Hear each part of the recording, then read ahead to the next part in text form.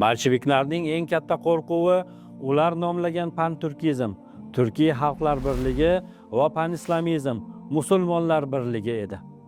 Agar Turkiston yagona davlat bo'lib qolsa, u tez orada Moskvadan mustaqil bo'lib ketishi mumkin edi. Chegaralanish orqali xalqlarga sen o'zbeksan, sen qirg'izsan degan targ'ibot singdirildi.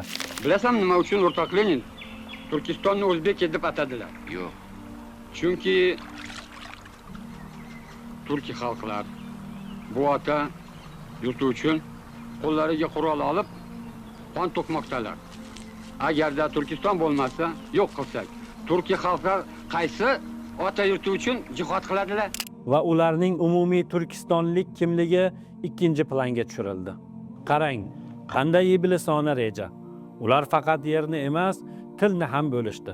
1924-yilgacha Turkistonda turkiy tili, Chig'atoy lahjasi asosida umumiy muloqot tili edi.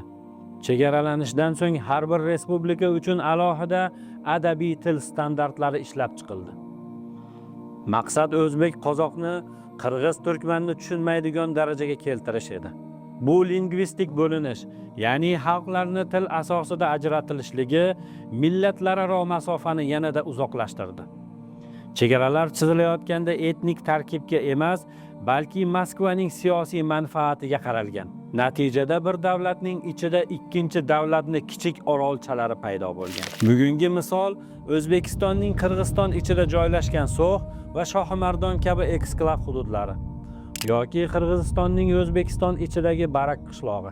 Ming yillar davomida birga yashagan xalqlar sun'iy ravishda ajratildi.